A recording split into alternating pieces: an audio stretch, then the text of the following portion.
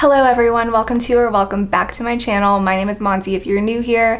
Today is going to be another thriller related video. 2 weeks ago I posted my top rated thrillers that I've read to date, and today I'm going to be talking about the 10 thrillers that I would like to read at some point in the near future. Now, back in May, I posted a romance TBR with the plan of reading the majority of those romances by the end of the summer. Today is the official first day of fall, and I have read 7 out of 10 of those romance books. And I have a very similar plan with my thrillers. I am so eager to read thrillers lately. So I'm going to be talking about 10, and I really do plan on reading at least 5, if not more, in the month of October. So this is kind of an October TBR, not really, because I'm not going to hold myself to reading all of these, but these are the books that I'm gravitating towards. I said this in my last video too, but I've never given a thriller a 5-star rating. So I was very particular with how I created this list. I really tried to pick books that I thought would at least be 4-star reads, because that's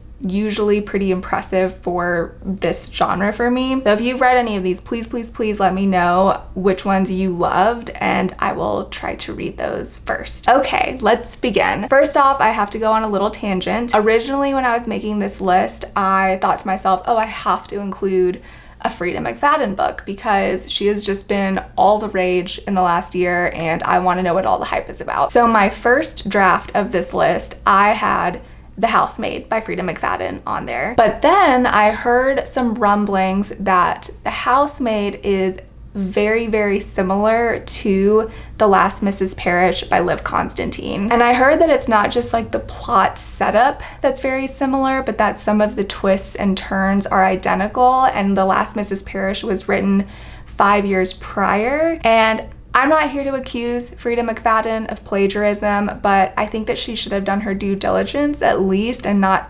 so closely replicated another story that already existed. I've also heard that this isn't the first time this has happened, and so in my mind, I just feel like I'm probably not gonna read anything by Freida McFadden. She's doing just fine without me picking up any of her books, and instead I'm going to read The Last Mrs. Parrish and still get an idea of what The Housemaid was about so that I can, I don't know, talk about it with other people. So The Last Mrs. Parrish is a domestic thriller. We're following a woman who feels very dissatisfied with her life and the cards that she's been dealt, and so she devises this plan to insert herself into the lives of this very powerful, wealthy, well-off couple that she's very envious of. And she does this with the hopes that she can, I think, take the place of this wife and then kind of live out her dream elite lifestyle. I'm gonna be honest, this premise alone doesn't really scream out to me. I'm not super excited about it, but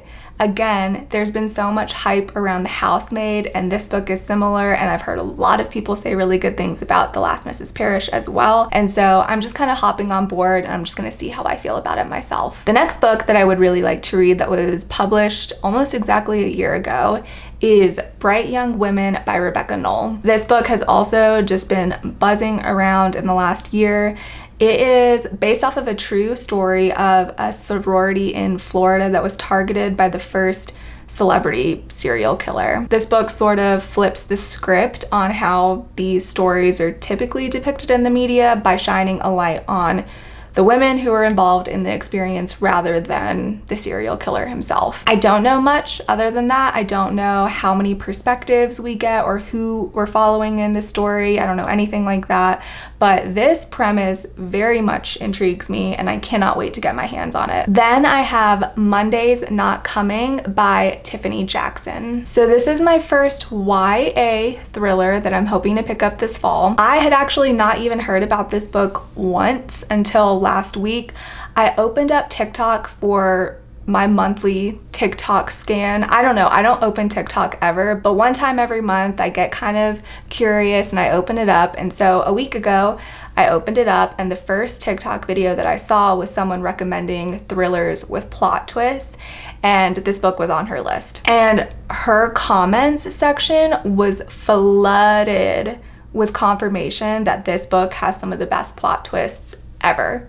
so I will be reading this book. The synopsis is pretty straightforward. It's nothing too crazy. We're basically following a teenage girl whose best friend, Monday, goes mysteriously missing one day, and no one seems to remember the last time they saw her, and also no one seems to care that she's gone. And yeah, I think we just watched this girl try to figure out what happened to her best friend when no one else seems to care to do the same. I don't know, just given all the rave reviews that I saw, I am very curious to see how this one's gonna play out. After that, I have Kill for Me, Kill for You by Stephen Cavanagh. This is another book that I feel like I just heard about recently, even though it seems to be pretty popular. I saw a video by another booktuber, Ella Marie. I will link her down below. She makes really great reading vlogs, but I saw her read this in a recent vlog, and she claimed that it was her favorite thriller that she's ever read. Said that there were so many shocking moments that she didn't see coming, and I was just sold. This is about two women who have each in their own way been wronged by someone, and they meet each other and somehow come to an agreement to take revenge on the other's enemy. Super interesting concept. I haven't read anything like that before. It has really great reviews and a 4.2 rating on Goodreads, which I think is amazing for a thriller. And I really want to read this. If I had it in my possession right now, I would start it today. Next, we have a book by an author that I should have read by now, but I haven't. I feel like everyone has read something by Riley Sager. So I'm finally going to pick up a Riley Sager book, and I think I'm going to start with The Only One Left. Okay, so the synopsis of this book gave me absolute shivers, so I can only imagine how I'm gonna feel when I'm reading the book. But this is about a woman, a young woman who works as a home health aide, and she gets hired to take care of another elderly woman in her 70s. The name of the elderly woman is Lenora, and she has a very dark, tragic past. When she was a teenager, her entire family was killed, and at the time, Lenora was blamed for the murders, but no one could ever prove that she did it. Fast forward to present day, Lenora is now in her 70s and she has suffered multiple strokes, so she is confined to a wheelchair, and she also is not able to verbally communicate with people, but she does have the ability to type. She begins to tell her life story to this home health aide through the typewriter, and slowly reveals all of the details and the events surrounding the murder and the killings of her family. And to boot, this all takes place in like this massive, creepy mansion that resides on a cliffside. And the whole storyline just gives me such creepy, eerie vibes, and it seems like perfect for October. And I am definitely already invested in the story. I really want to know what happened to her family, and I haven't even read a single page of this book. The next book I think has the strongest chance of being a 5-star read for me, and it's the one that I'm most excited to pick up for that reason, and that is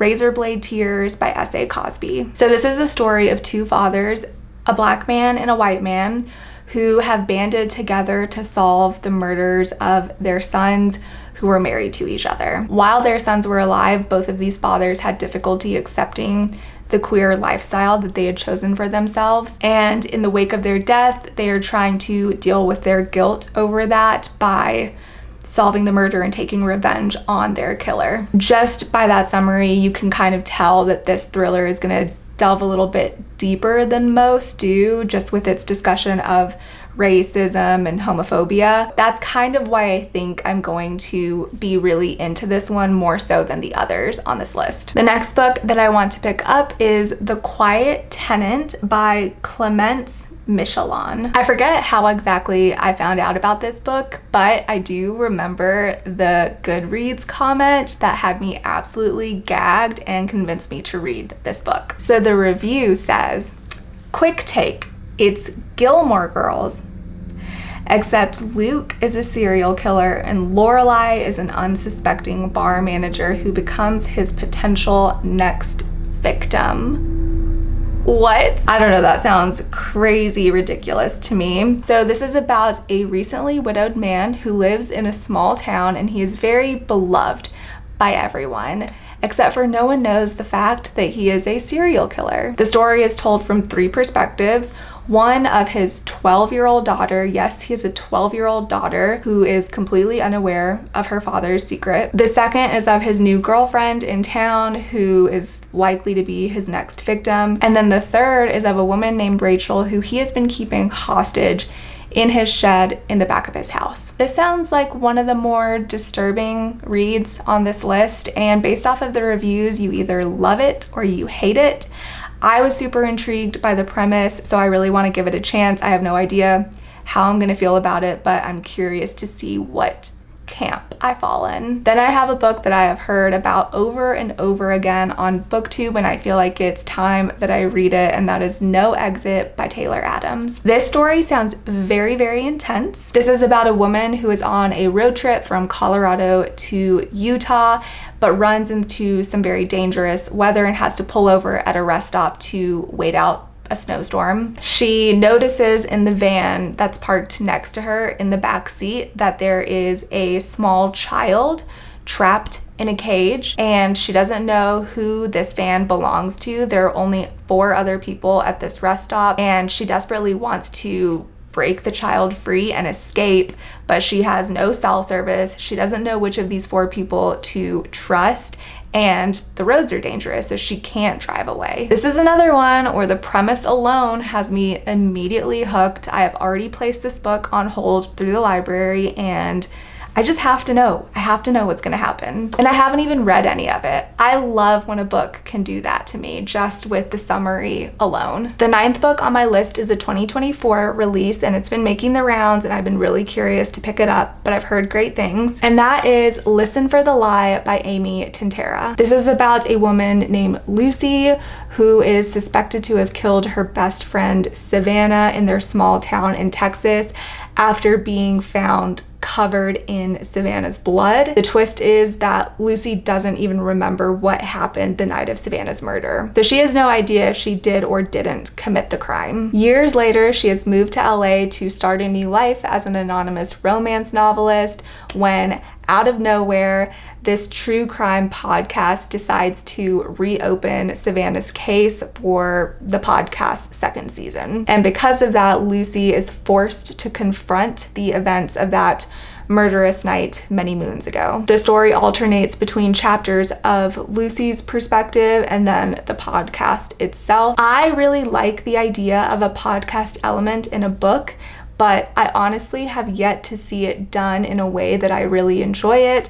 I read None of This Is True earlier this year and really didn't like it. And I read Sadie last year, and I found that the podcast portion of the book kind of repeated what we had already learned in the narrative portion of the book, and I didn't love that. So I'm hoping that I like the way that Amy Tintera does it a little bit more than those books. We'll just have to see. And the final book on my list is the first in a trilogy. It's a YA thriller, and it's one that I've been recommended time and time again, and that is A Good Girl's Guide to Murder by Holly Jackson. I am very excited about this one. People go crazy over this series, and I think it's really fun that this is a trilogy rather than a standalone. This is about a high school senior named Pippa who, for her final school project, decides to reopen and re-examine this closed murder case. The murder case in question happened 5 years prior. Basically, this couple,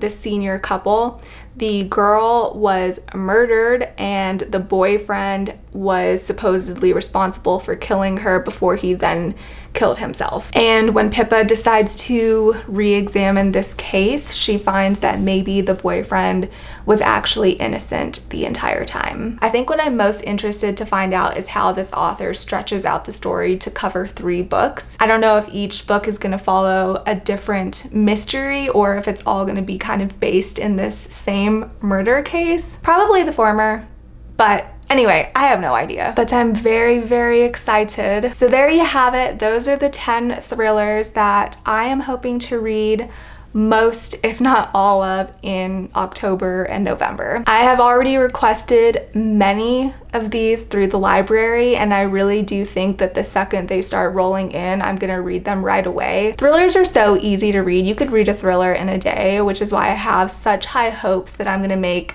a good dent in this list. As always, please let me know down below if you've read any of these, which ones you recommend, which thrillers are on your TBR, what are some books that you're looking forward to reading in October. Maybe you don't read thrillers. I don't know why you would be watching this video, but what books in general are you looking forward to reading this fall? I will very, very likely be making a thriller reading vlog where I read anywhere from 3 to 5 thrillers, so you should be seeing many of these books reappear in the coming weeks. And I think that's it for now. Thank you for watching. I hope you all are having a wonderful start to fall, and I will see you in the next one.